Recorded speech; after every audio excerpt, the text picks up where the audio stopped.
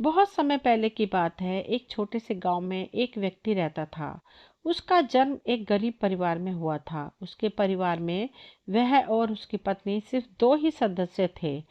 कच्चे घर में वे अपना गुजारा कर रहे थे। वह गरीब आदमी पूरे दिन मेहनत मजदूरी करके अपना और अपनी पत्नी का पेट पालता। इसी तरह दोनों का जीवन चल रहा था।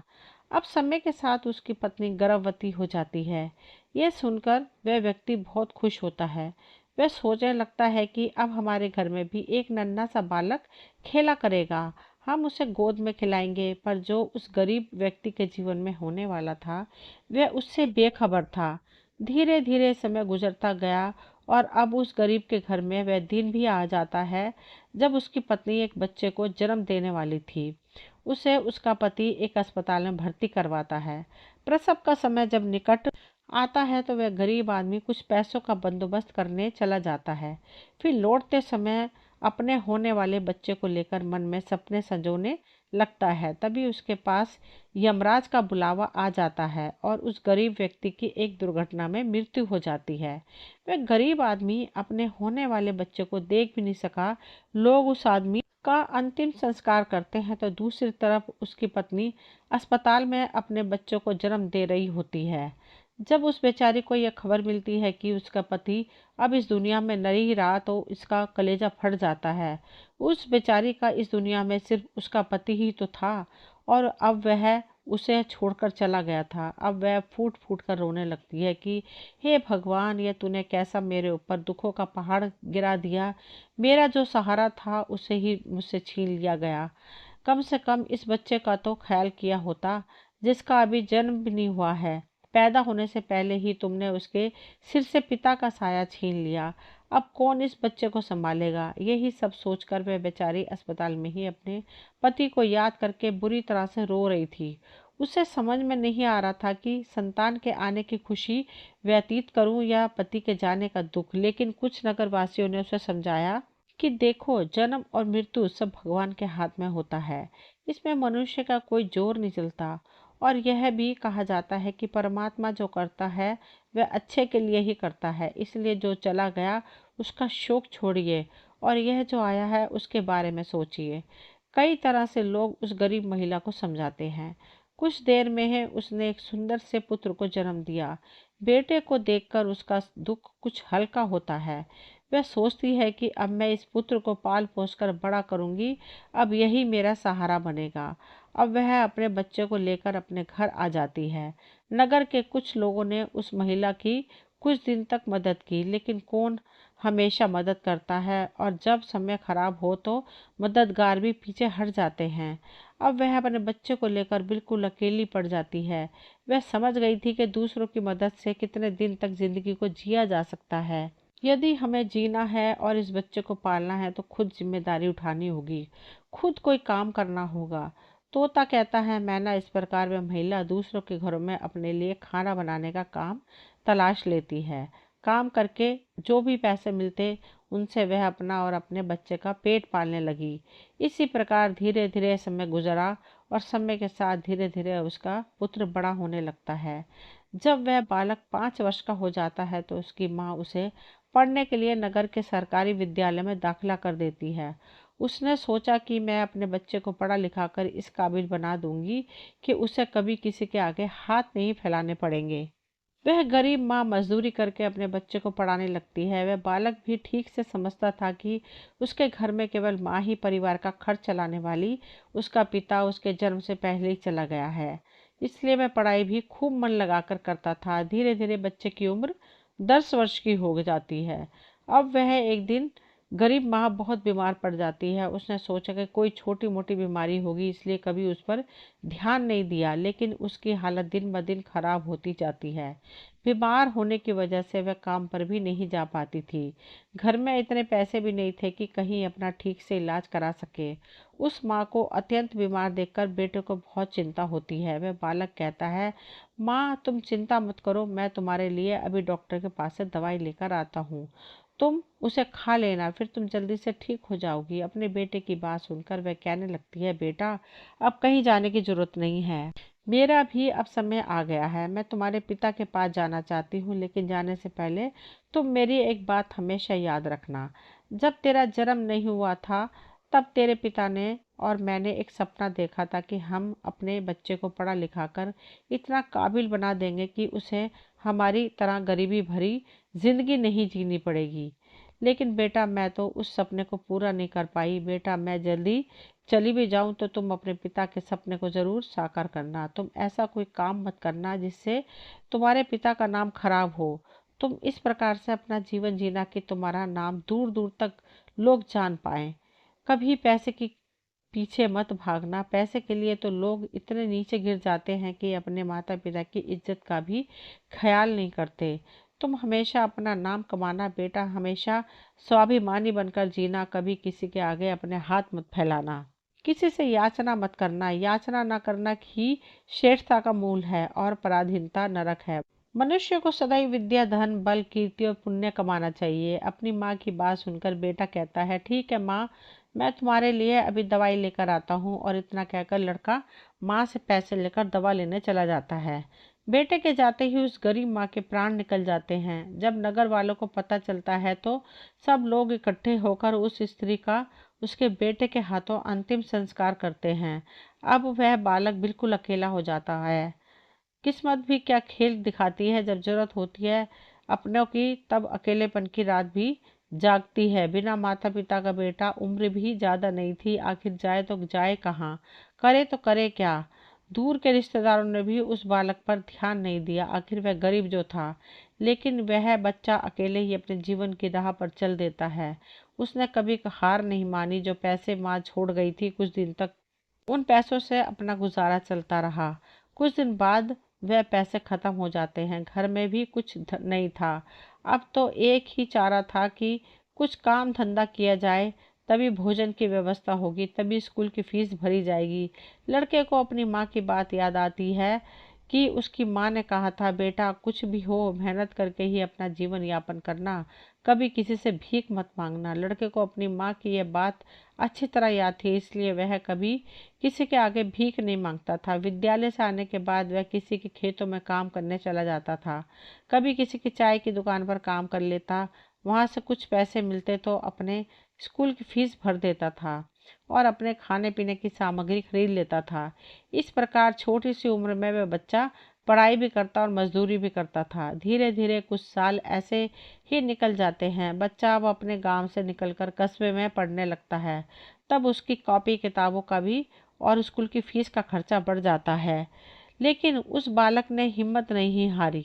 रोजाना विद्यालय जाता था। वह जो भी कमाता था वह सारी कमाई पढ़ने लिखने में ही लग जाती थी, और जो कुछ थोड़ा बहुत बचता उससे अपना पेट भर लेता था। अगर वह कमाई न करता तो उसकी पढ़ाई छूट जाती थी, और पढ़ाई करता तो पेट भरने के लिए कुछ नहीं था, इसलिए वह दोनों काम करता था। विद्यालय से आकर वह इधर काम करने चला जाता था। एक दिन वह बालक विद्यालय से पढ़कर घर वापस लौटा और उसके बाद काम की तलाश में चला गया, लेकिन उस दिन उसे कोई काम नहीं मिला। पूरा दिन निकल गया, भूखा था। शाम को घर जाकर सो गया। कुछ काम नहीं मिला तो खाना कहाँ से खाता। सो पैसे थे उनसे वह पहले ही अपने स्कूल की फीस भर चुका था। उसकी स्थिति तो यह थी कि रोज कमाए तो रोज खाए। जब उस दिन उसे कोई काम नहीं मिला तो बेचारे को भूखे पेट रहना पड़ा, केवल पानी पीकर सो गया। अब सुबह भूखा ही स्कूल चला जाता है, और स्कूल की छुट्टी के बाद जब घर आता है तो फिर किसी काम की तलाश में निकल पड़ता है। सोचता है कल नहीं मिला, लेकिन आज मुझे कोई ना कोई काम जरूर मिल जाएगा। लेकिन दुर्भाग्य ने उसका पीछा नहीं छोड़ा। उस दिन भी उसे काम नहीं मिला तो उसे आज भी भूखा पेट सोना पड़ा। भूख अब उसे ज्यादा बेचैन कर रही थी, तो एक बार को उसके दिमाग में आता है कि भूखे पेट तो पड़ा भी नहीं जाता, अब तो मैं किसी से कुछ मांग कर खा लेता हूँ। पर माँ ने मरते वक्त मुझसे कहा था, बेटा कभी भीख मांग कर मत खाना, हमेशा काम करके ही खाना। वह बालक भी बड़ा स्वाभिमानी था। मांगने की उसकी हिम्मत नहीं हुई। सोचता था चाहे कुछ भी हो जाए पर भीख मांगकर नहीं खाऊंगा। अगर मैंने भीख मांगना शुरू कर दिया तो लोग मुझे भिखारी कहने लगेंगे। भगवान ने पेट दिया है तो कहीं ना कहीं से इसके लिए भोजन भी मिलेगा। अब लड़का उस दिन भी भूखा रहता है। सुबह जब सोकर उठता है तो भूख के मारे चक्कर आने लगते हैं। अभी उसकी उम्र कितनी थी, भूख की वह मार वह कैसे सह सकता था। कुछ बड़ा होता तो 2-4 दिन अपने आप को संभाल भी लेता, लेकिन आज वह स्कूल भी नहीं गया। सोचा आज मैं सुबह से ही काम पर जाता हूँ, काम मिल जाएगा तो भोजन कर लूंगा, फिर अगले दिन के लिए तैयार हो जाऊंगा। अब वह बालक काम की तलाश में इधर उधर भटकता है। उसकी आंखों के सामने अंधेरा छा रहा था, उससे चला भी नहीं जा रहा था। नीचे बैठकर सोचने लगा कि अगर इस समय मुझे भोजन नहीं मिला तो मेरे प्राण निकल जाएंगे। मुझे कुछ ना कुछ तो करना ही पड़ेगा। अब एक बार फिर से उसके मन में भीख मांगने का विचार आता है, लेकिन उसकी अंतरात्मा फिर कह देती है कि तू गरीब है, भिखारी नहीं। भीख मांगेगा तो फिर भीख मांगने की आदत पड़ जाएगी और तू भिखारी बन जाएगा। काफी देर तक लड़का इन्हीं प्रश्नों में उलझा रहता है। फिर उसके दिमाग में आया कि भीख मांगना अलग बात है और मदद मांगना अलग बात है। मैं किसी से भीख नहीं मांगूंगा, पर मदद तो मांग ही सकता हूँ। और मदद मांगना भीख मांगना नहीं हुआ। भीख मांगना तो वह है जो मांगकर फिर लौटाया नहीं जाता, पर मदद मांगना वह है जो आप कभी भी लौटा सकते हो। लड़के ने सोचा, मैं आज किसी से मदद मांग लेता हूँ, जब मुझे काम मिल जाएगा तो मैं लौटा दूंगा। अब लड़का वहां से चलता है तो उसे पास ही के एक बड़ा सा घर दिखाई देता है। लड़का उस द्वार पर जाकर द्वार को खटखटाता है। तब घर के अंदर से एक महिला निकलती है। महिला ने द्वार पर देखा कि एक 10-12 वर्ष का बड़ा ही उदास सा मासूम सा लड़का खड़ा है। पहले तो वह महिला उस लड़के से पूछती है, बेटा तुमने दरवाजा क्यों बजाया, क्या कुछ काम है? लड़का दोनों हाथ जोड़कर कहता है, माँ जी मैंने दोपहर के समय आपको तकलीफ दी, इसके लिए क्षमा चाहता हूँ। तब वह महिला पूछती है, कुछ चाहिए? मैं तुम्हारी क्या मदद कर सकती हूँ? वह महिला भी एक बच्चे की माँ थी, इसलिए ममता का भाव उसके शब्दों में था। उस महिला के पूछने पर एक बार तो लड़के के मन में आया कि चलो इन माँ जी से मैं कह ही देता हूँ कि मैं 2-3 दिन से भूखा हूँ और भोजन न मिलने के कारण बहुत परेशान हूँ। लेकिन उसके स्वाभिमान ने उसे रोक दिया। वह भोजन की जगह पानी मांग बैठा। कहने लगा, माँ जी मुझे बहुत जोर की प्यास लगी थी, इसलिए दरवाजा खटखटाया था। क्या एक गिलास पानी मिल सकता है? लेकिन वह महिला बहुत समझदार थी। उसने जब लड़के को देखा वह समझ गई कि बालक बहुत भूखा है। वह कहती है, मैं तुम्हारे लिए पानी लेकर आती हूँ। वह महिला घर के अंदर जाती है और अपनी रसोई से एक गिलास पानी और दूध लड्डू लेकर द्वार पर आती है और दूध से भरा गिलास उस लड़के को दे देती है। लड़के ने जब वह गिलास पकड़ा तो उसमें दूध था। दूध को देखकर लड़का बहुत खुश हो जाता है। लड़का मन ही मन उस माँ को दुआएं देने लगता है। महिला ने उसे पहले लड्डू खाने के लिए दिए और कहा, बेटा दूध गर्म है, तुम पहले लड्डू खा लो, जब दूध ठंडा हो जाए तब पी लेना। लड़के ने जब उस महिला को देखा तो उसे ऐसा लगा कि जैसे उसकी माँ उसे यह दूध पिला रही है। वह मन ही मन सोचता है कि कितनी अच्छी माँ है, मैंने एक गिलास पानी मांगा था और यह दूध लेके आई। वह समझ गई थी कि मैं भूखा हूँ। लड़का आराम से बैठकर लड्डू खाता है और दूध पीता है। तब वह महिला कहती है, बेटा क्या तुम्हें और कुछ चाहिए? लड़का सोचने लगता है कि इस दूध के बदले में मैं इस माता को क्या दे सकता हूँ, मेरे पास तो कुछ भी नहीं है। दूध पीने के बाद लड़का कहता है, माँ जी मैंने आपसे पानी मांगा और आपने मुझे दूध पिलाया, इसके बदले में मैं आपको क्या दे सकता हूँ? महिला ने कहा, बेटे मैंने तुम्हें दूध इसलिए नहीं पिलाया कि तुम मुझे बदले में कुछ ले सकूं तुमसे। महिला कहने लगी, तुम्हारा चेहरा देखकर लग रहा था कि तुम बहुत भूखे हो। मैंने सोचा कि पानी की जगह दूध ही पिला देती हूँ, इसलिए मैं तुम्हारे लिए दूध ले आई। लड़के ने फिर कहा, नहीं माँ जी, आप इसके बदले में मुझसे ज़रूर कुछ मांगो, मैं आपको अपनी हैसियत के हिसाब से कुछ ज़रूर दूंगा।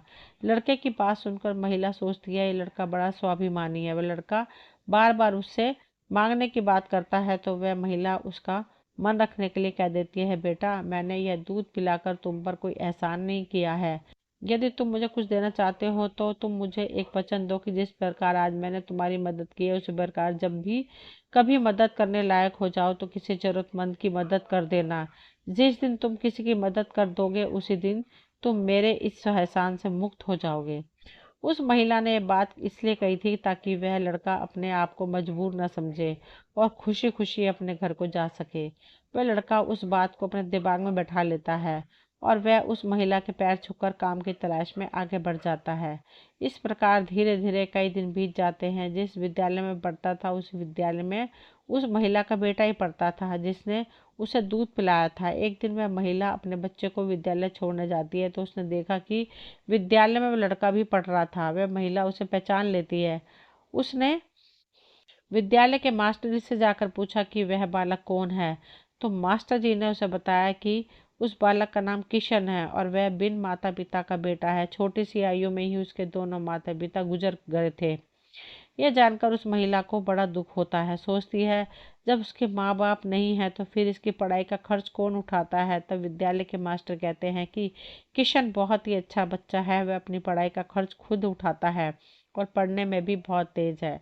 वह मेहनत मजदूरी करता है तब जाकर विद्यालय की फीस भरता है। जब कभी वह विद्यालय नहीं आता और अपनी फीस समय पर नहीं दे पाता तो हम लोग उस पर ज़्यादा दबाव नहीं बनाते।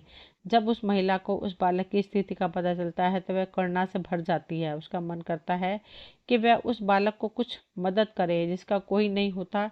ऐसे ही लोगों की मदद तो करनी चाहिए, तभी भगवान प्रसन्न होते हैं। जिसका कोई नहीं होता वह भगवान का है और जरूरतमंद की मदद करने का अर्थ है अपने भगवान को प्रसन्न करना।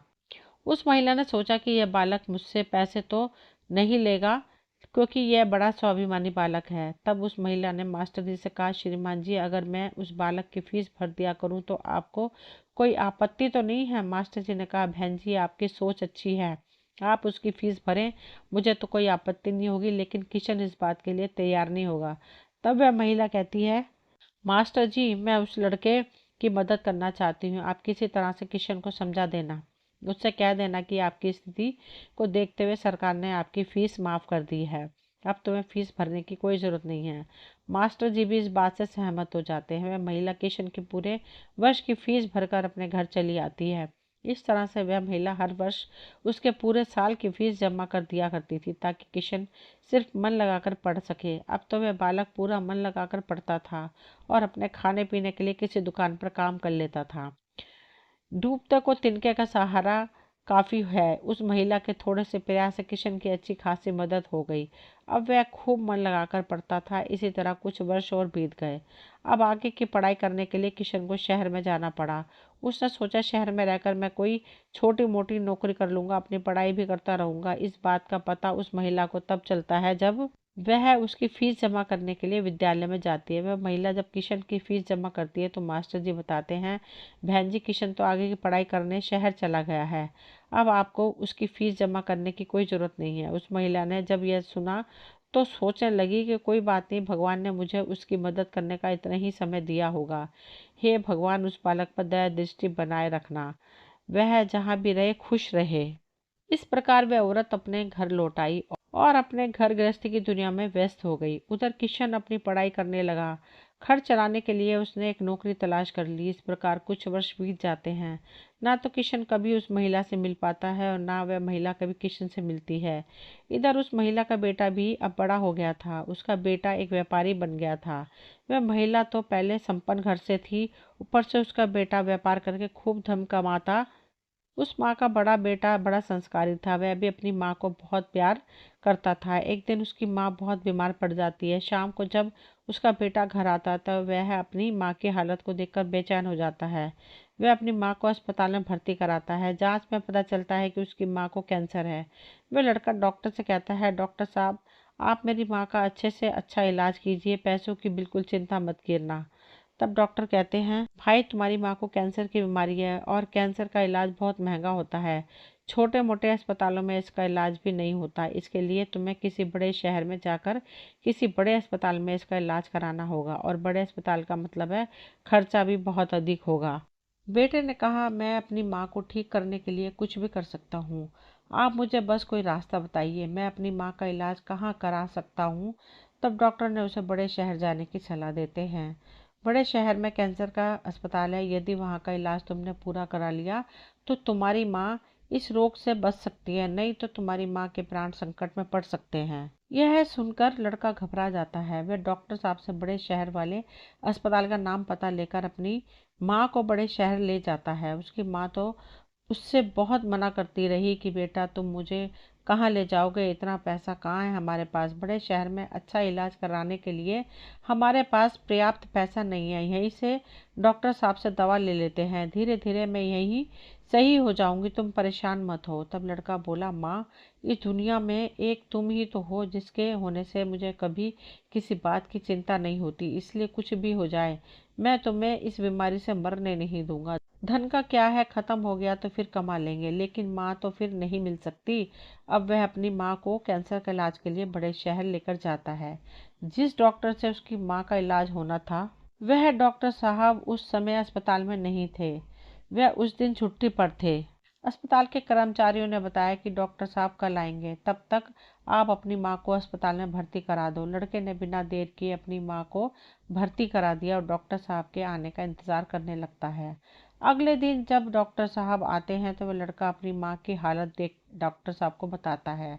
डॉक्टर साहब ने भरोसा दिया कि जांच के आधार पर मैं कह सकता हूँ कि तुम्हारी माँ ठीक हो जाएगी, मगर उनका इलाज काफ़ी लंबा चलेगा। लड़के ने कहा, अब कुछ भी हो जाए मैं अपनी माँ को ठीक करा कर ही घर ले जाऊंगा, चाहे इसके लिए मुझे अपना सब कुछ बेचना पड़े, कितने ही दिन मुझे यहाँ रुकना पड़े। इस प्रकार वहाँ के डॉक्टर ने उस माँ का इलाज शुरू कर दिया। अगर छोटे शहर की बात होती तो खर्चा कुछ कम हो जाता, लेकिन वहाँ का खर्चा तो बहुत ज़्यादा था। फिर भी उस लड़के ने हिम्मत नहीं हारी। डॉक्टर साहब जो दवाइयाँ लिखते थे वह दवाइयाँ बहुत महंगी आई थी। लड़का अपनी माँ के लिए महंगी से महंगी दवाइयाँ लेकर आता था। उधर उसका जो व्यापार था वह अपनी माँ की देख रेख के कारण उसमें भी समय नहीं दे पाया। वह भी ठंडा पड़ गया। कई दिन तक इलाज होता रहा। अब धीरे धीरे माँ की हालत में सुधार होने लगा। बेटे के पास जो जमा पूंजी थी वह सब उसके इलाज में खर्च हो गई। इधर माँ को जब पता चला कि बेटे के पास अब पैसे नहीं रहे तो माँ कहती है, बेटा तुम इतनी महंगी दवाइयाँ क्यों ले रहे हो? कहाँ से डॉक्टर साहब की फीस भरोगे? कहाँ से दवाइयों का खर्च आया उठाओगे?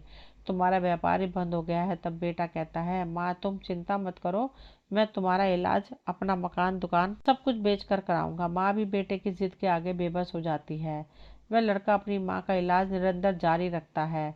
अब इधर धीरे धीरे एक महीना बीत जाता है। वहां पर एक बात बड़ी ही विचित्र थी। उस अस्पताल का जो सबसे बड़ा डॉक्टर था वह जब उस लड़के की माँ से मिलने आता था तो काफी देर उस माँ के पास बैठकर बातें किया करता था। यह देखकर उस माँ को भी बड़ी अच्छा लगता था और वह सोचती थी कि अजीब डॉक्टर है, इतना बड़ा डॉक्टर होकर भी जिसके पास बिल्कुल ही फुर्सत नहीं है, वह मुझसे बातें करने के लिए इतना समय कैसे निकाल लेता है।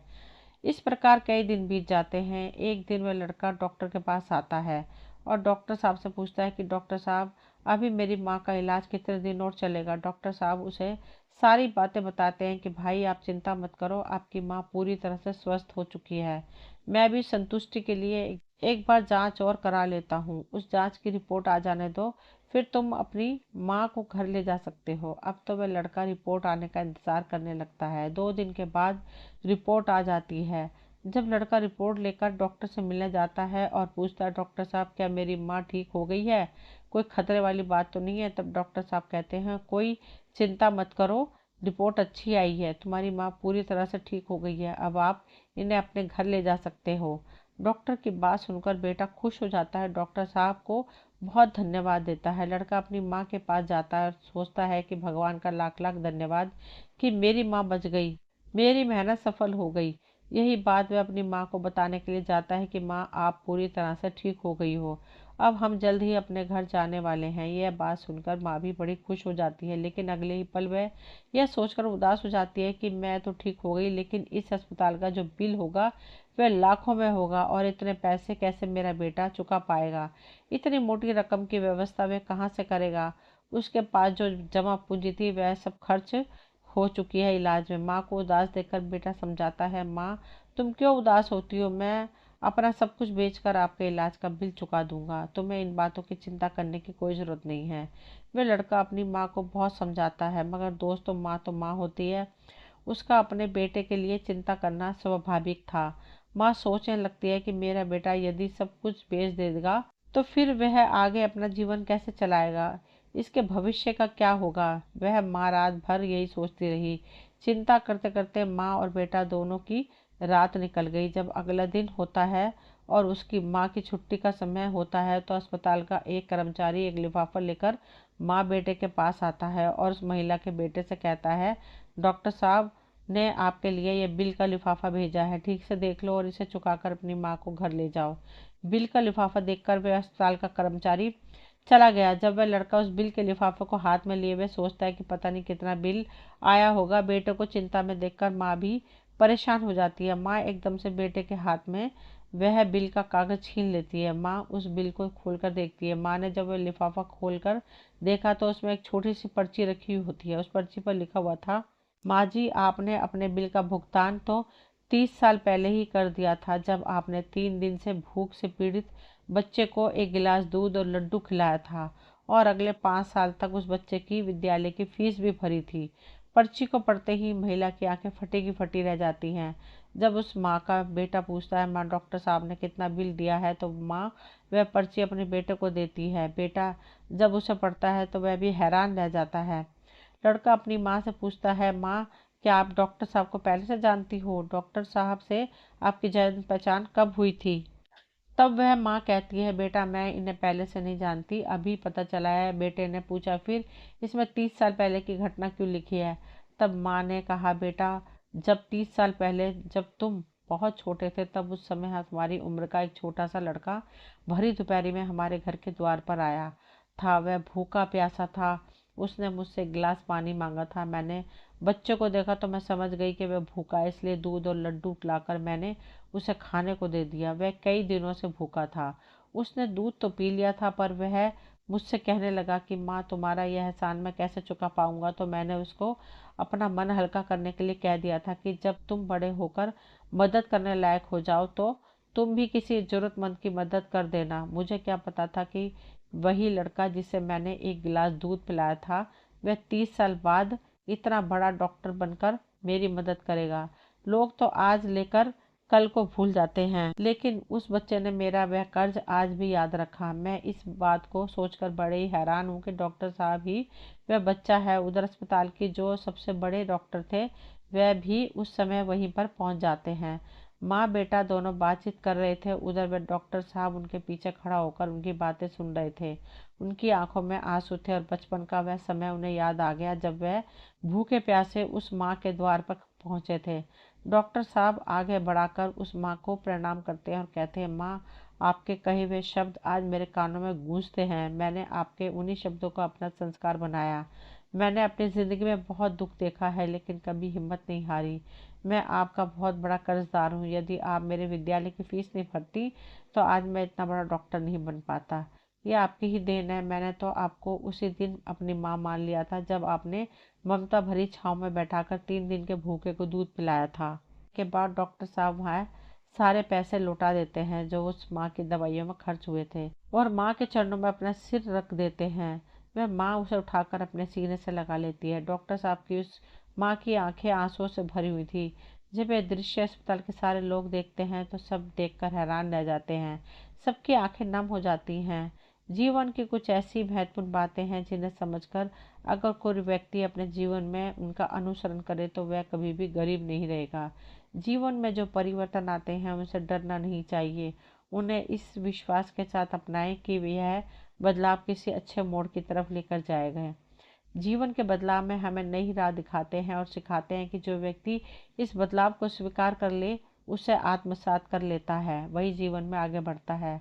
दूसरों की मदद कीजिए, दया दिखाइए और देखिए कैसे आपकी मदद से किसी का जीवन बदल सकता है और साथ ही साथ आपका जीवन भी सुख में होता जाएगा। हमारी छोटी सी मदद किसी के लिए बड़ा सहारा बन सकती है। मुसीबत में घबराना नहीं चाहिए क्योंकि जब वह एक रास्ता बंद होता है तो कई नए रास्ते खुल जाते हैं। जीवन के कठिन दौर से गुजरते हुए हमें अनुभव मिलता है और यही अनुभव जीवन में सफलता की कुंजी बनता है। चाहे अंधेरा कितना भी घना हो, एक छोटा सा दीपक उसे दूर कर देता है। इस तरह जिंदगी में आए अंधकार को ज्ञान रूपी दीपक से मिटाकर जीवन को प्रकाशित किया जा सकता है। ज्ञान वह अनमोल धरोहर है जो जीवन को सजग और सशक्त बनाती है। दोस्तों ये कहानी यहीं तक थी। मुझे उम्मीद है आप सभी को पसंद आई होगी। अगर कहानी पसंद आई हो तो प्लीज़ चैनल को सब्सक्राइब करें, वीडियो को लाइक शेयर करें। मिलती हूँ अगली कोई नई कहानी लेकर। कहानी सुनने के लिए आप सभी का तहे दिल से शुक्रिया।